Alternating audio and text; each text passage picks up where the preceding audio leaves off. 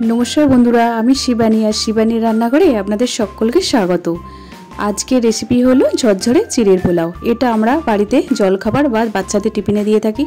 आपनाराओ एटा बाच्चादेर tiffin बा जलखाबारे एटा दिते पारेन। खूबई healthy एकटा रेसिपि। प्रथम थेके शेष पर्यन्त आपनारा भिडियोटा देखते थाकुन, आशा करी खूब भालो लागबे। चिड़ेर पोलावटा बानानोर जोन्नो आमी एखाने दुई रकमेर सब्जी नियेछि, गाजर क्यापसिकाम और सामान्य एकटु नारकेल। आपनारा एर मध्य एकटु मटरशुटिও दिते पारेन। और এই পোলাওটা আমি বানাবো একটু নারকেল দিয়ে, খেতে কিন্তু অসাধারণ লাগে। আর লাগছে কারি পাতা, শুকনো লঙ্কা, গোটা গরম মশলা, কাঁচা চিনি বাদাম আর কিশমিশ। এখানে আমি সরু দানার চিড়েটা নিয়েছি 200 গ্রাম। আপনারা দোকানে গিয়ে বলবেন পোলাও বানানোর জন্য চিড়েটা দিতে, ওরা কিন্তু ঠিকঠাক মতন চিড়েটা আপনাদের দিয়ে দেবে।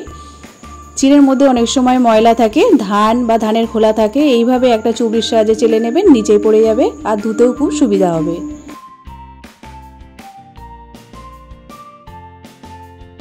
চিড়েটা আমার চালা হয়ে গেছে, এবার একটা বাটিতে নিয়ে নেব। এবার জল দিয়ে 2-3 বার মতন ধুয়ে নেব।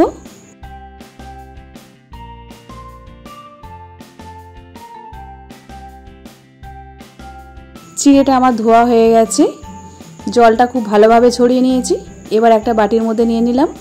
চিনি দিয়ে দেব 2 চামচ।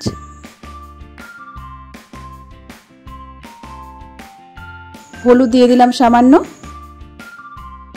সামান্য একটু নুন দিয়ে দেব। এবার হালকা হাতে এটা একটু মাখিয়ে নেব। খুব বেশি কিন্তু চেপে এটা মাখানো যাবে না, তাহলে কিন্তু চিড়েটা ভেঙে যাবে।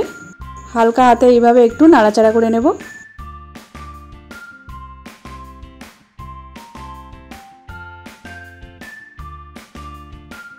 গ্যাস অন করে কড়াই বসিয়ে দিয়েছি। কড়াইয়ের মধ্যে দিয়ে দেব 2 টেবিল চামচ মতন সাদা তেল।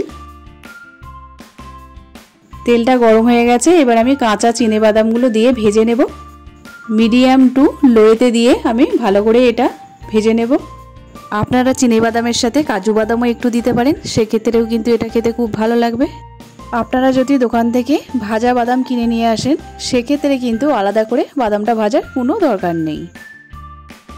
মিডিয়াম টু লোতে দিয়ে 2 মিনিট মতন আমি বাদামটা ভেজে নিয়েছি। বাদামটা আমার ভাজা হয়ে গেছে, এবার আমি তুলে নেব। এবার দিয়ে দিলাম একটা শুকনো লঙ্কা, 2টো দারচিনি। পোলাও বানানোর জন্য খুব বেশি তেলের প্রয়োজন হয় না, যা তেল আছে কড়াইয়ের মধ্যে আমার এই তেলেই রান্নাটা হয়ে যাবে। 3টে ছোট এলাচ দিয়ে দিলাম একটু ফাটিয়ে। কয়েক সেকেন্ড একটু নাড়াচাড়া করে নেব।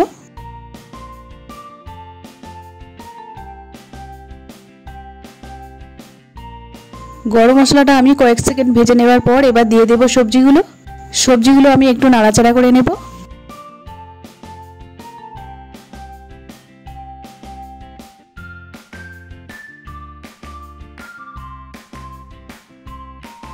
এবার আমি দিয়ে দেব কারি পাতা।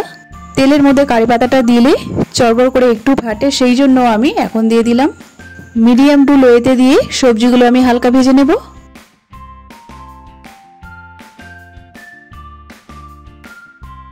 সবজিগুলো হালকা ভেজে নেওয়ার পর সামান্য একটু নুন দিয়ে দেব, 1/2 চামচ চিনি দিয়ে দেব। এবার দিয়ে দিলাম কিশমিশটা আমি সবজির সাথে ভালো করে ভেজে নেব।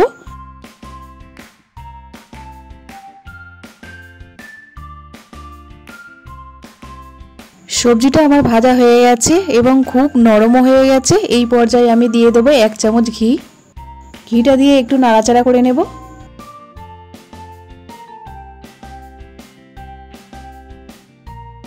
এবার দিয়ে দেব